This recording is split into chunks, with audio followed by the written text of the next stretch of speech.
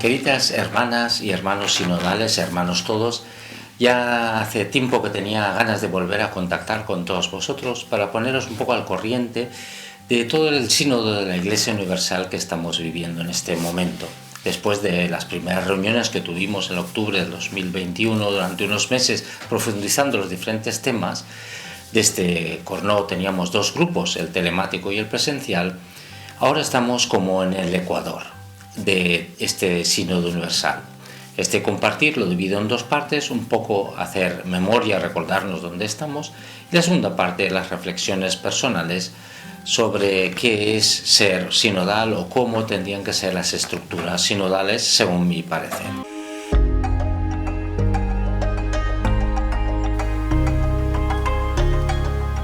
Sínodo procede de la palabra griega sin o dos, que quiere decir caminar juntos o hacer un trayecto conjunto.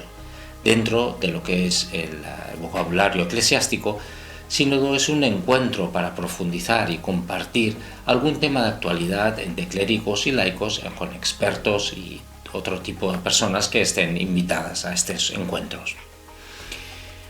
Hay sínodos de todos los tipos, hay sínodos simplemente diocesanos, hay sínodos de todo un país, una conferencia episcopal, y después también hay sínodos mundiales. Entre ellos destaca el sínodo de los obispos. Esta institución la erigió Pablo VI después del Concilio Vaticano II en el año 1965 para que de manera regular se podría profundizar temas de nivel de iglesia, de interés para toda la iglesia. Ahora estamos en el Sínodo de los Obispos número 15. Se han tratado temas tan variados como la evangelización, la familia, la juventud, Oceanía.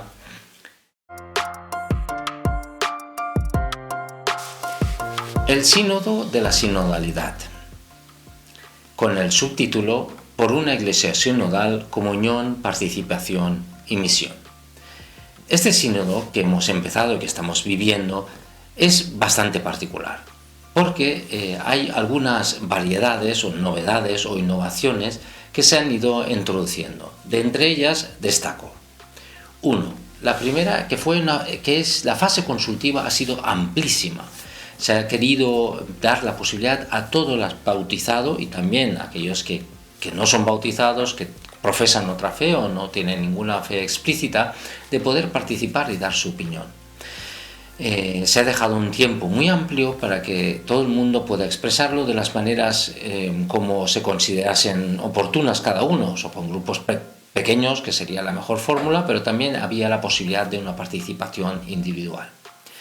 La segunda es el nombramiento de muchas mujeres en las diferentes comisiones, y muestra de ello es que la subsecretaría del sínodo está dividido entre una religiosa, la hermana Nathalie Becard, y el obispo Monseñor Luis Marín, los dos con voz y voto. También otra particularidad es que se extiende durante varios años, es decir, ya llevamos dos prolongaciones. La primera fase consultiva, que iba a ser muy breve, se alargó para que hubiera suficiente tiempo para que todo el mundo pudiera expresar y formular y se pudiera tiempo para reunirse. Y ahora con el Ángelus en octubre, el Papa alargó un año más hasta octubre de 2024, o sea, 2 sesiones en Roma, para profundizar el tema, porque no se trata de tener prisa, sino se trata de profundizar. Otra de las grandes o las novedades es que hay 4 comisiones. Se ha convocado 4 comisiones que trabajan diferentes temas en las que participan entre 8 y 12 personas, tanto hombres como mujeres.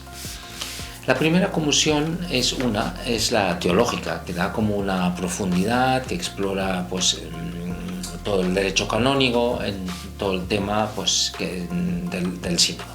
La otra es la comisión de espiritualidad, que explora las diferentes ricas tradiciones dentro de la Iglesia, que son múltiples y varias. Hay la comisión de metodología, que intenta poner a práctica, buscar modelos de todo lo que se va diciendo, y por último la comisión de comunicación, porque todo lo que se haya hablado, todo lo que se recoja en estos tiempos, poder también transmitirlo, poder pues comunicarlo a la sociedad y también internamente a la propia Iglesia.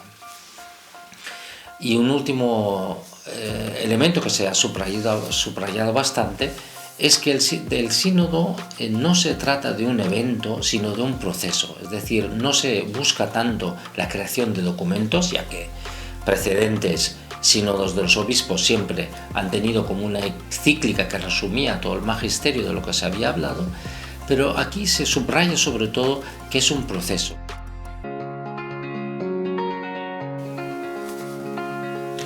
El sínodo se divide en 3 grandes etapas.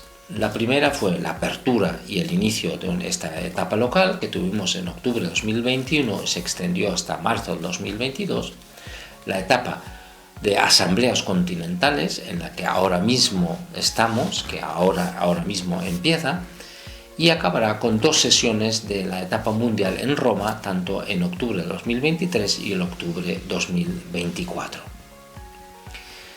Si nos acordamos, la etapa local, habíamos hablado de unos 10 núcleos temáticos. Estos núcleos temáticos eran quién pertenecía a la Iglesia, quién consideramos que se había quedado fuera, qué es el escuchar, no solo el oír, sino escuchar profundamente, cómo hablamos, nos expresamos, tenemos la libertad de expresar, nos callamos muchas cosas.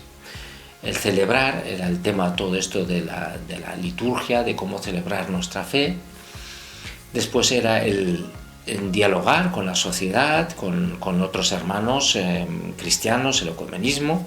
Se habló del papel de la autoridad, cómo se ejerce, quién la tiene, cómo tendría que ser. Se habló del discernimiento, de cómo todo este contenido se podría interpretar, leer a la luz de Dios.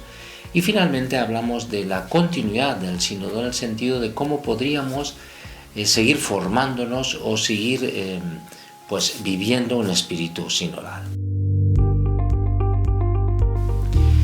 La siguiente etapa en la que nos encontramos es la etapa continental. Habiendo cerrado esta primera etapa, se convocó una reunión de 33 personas de diferentes de los 5 continentes, de diferentes estados de vida, diferentes hombres y mujeres, que durante 2 semanas se reunieron en Italia, en Frascati, para crear un documento, el documento de la etapa continental, o DEC previamente llamado.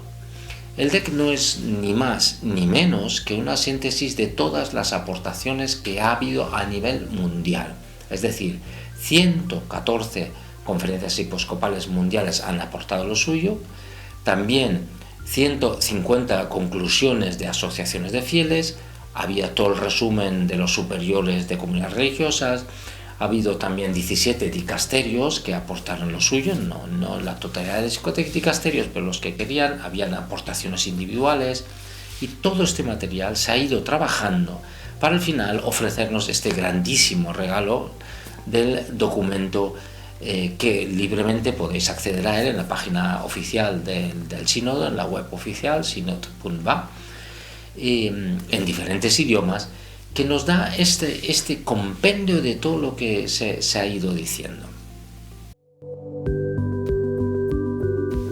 El documento de la etapa continental. Este documento de la etapa continental efectivamente no es un documento conclusivo, no sienta magisterio, no es una elaboración completa de una visión teológica. Es, como lo dice él mismo, un documento de trabajo. Este mismo documento se divide en 4 partes, básicamente. Se acompaña todo este escrito con 2 preguntas breves que quieren cuestionar, que las personas se interroguen en 2 aspectos. ¿Qué conflictos, qué divergencias hemos encontrado en este camino? ¿Y qué sería qué es lo primero que abordaríamos? Son como 2 puntos de reflexión. Evidentemente, ahora ya no se trata de añadir nada, no ampliar nada, sino acoger todo lo que se está escrito y poder profundizarlo. A partir de ahora se trabaja este documento para la etapa continental en las diferentes asambleas sinodales. Estas asambleas sinodales son continentales más o menos, quiero decir que son 7, que se han distinguido por las diferentes realidades.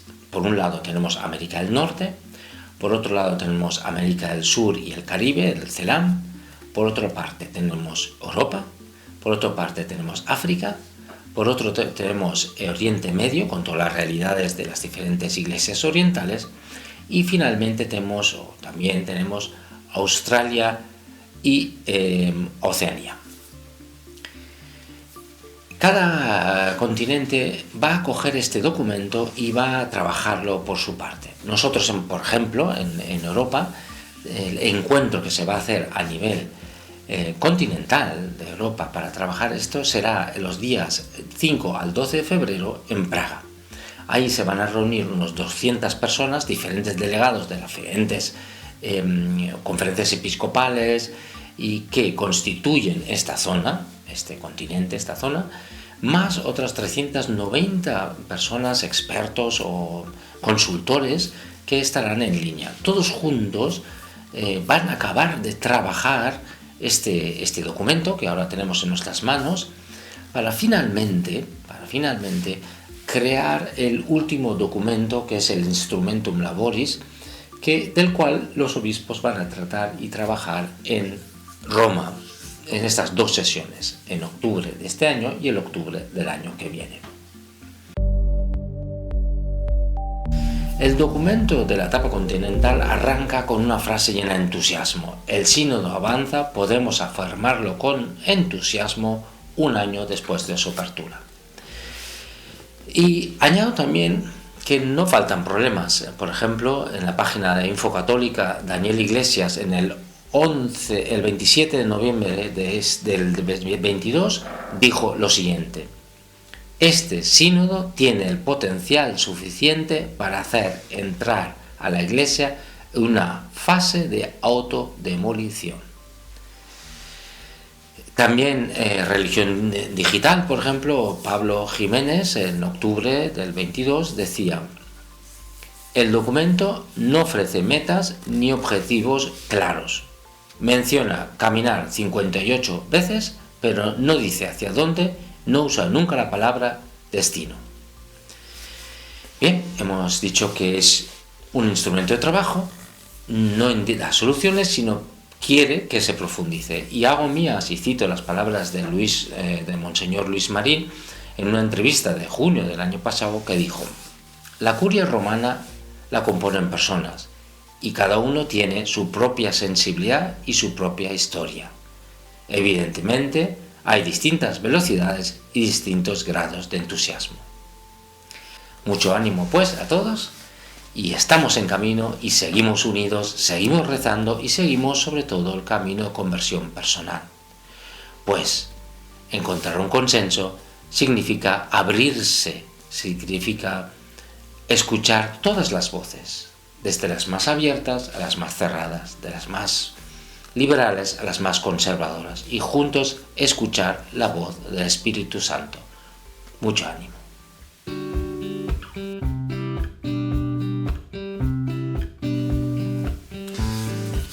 Bienvenidos a esta segunda parte. Yo quería añadir 7 pequeñas ideas muy rápidas sobre lo que para mí es tener una mentalidad sinodal. La primera es tener claro que es un camino. O sea, lo importante es el caminar, es lo que vives con el otro, es compartir con el otro, es preocuparse por lo que él vive, no conseguir una meta. La meta está en el cielo. Muy a menudo nos han dicho, por ejemplo, la teóloga Cristina Hinojés, que no esperemos tampoco resultados para nuestra generación. Es un cambio muy paulatino, muy largo.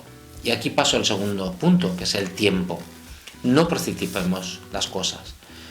No, es una carrera de fondo.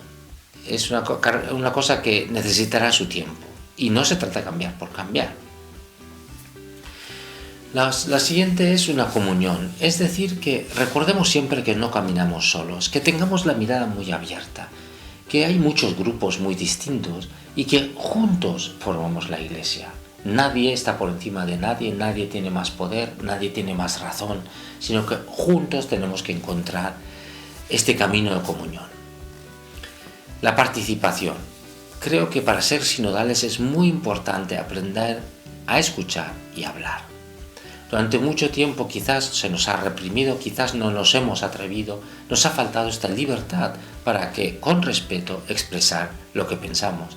Y también tener la paciencia de saber escuchar, saber aquello que tiene mi hermano de verdad, que decirme, descubrir aquel parte de verdad que el hermano me transmite, aunque sea de otra forma, con otra opinión. Lo siguiente es el discernimiento.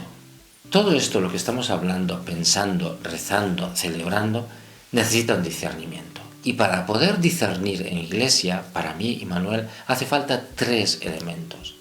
Primero, el cuerpo, el sentido común, lo que nos parece lo que es correcto. Segundo, lo que es el alma, también lo que son nuestros sentimientos, lo que intuimos profundamente, lo que creemos que es correcto, lo que corresponde también a lo que parece es el amor y el respeto a los demás, la caridad. Y por último, el tercer elemento es Dios. Después de todo lo que nos parece que brota de nuestro interior, escuchar lo que Dios nos dice. Pero con todo esto, ¿qué es lo que Dios quiere? Estos 3 elementos hay que tenerlos en cuenta. Dios cuenta con nuestra colaboración y nosotros tenemos que contar con la voluntad de Dios. Es decir, hay un movimiento bilateral y juntos como iglesia, escuchar lo que Dios quiere. Y por último también quisiera hablar del aspecto de evangelización, es decir, evangelización en el sentido de que todo lo que vivamos como iglesia tiene que traer también su fruto en nuestra vida ordinaria. Quien nos vea en nosotros tiene que ver el obrar de Dios en el mundo. Tenemos que llevar una vida coherente con lo que Dios nos pide, no de hacer nuestra ley a nuestra manera, ni las leyes del mundo, ni las leyes de Dios a nuestra medida, a nuestra manera. Esto es evangelizar. A veces es con palabras, pero sobre todo la evangelización se hace con el testimonio.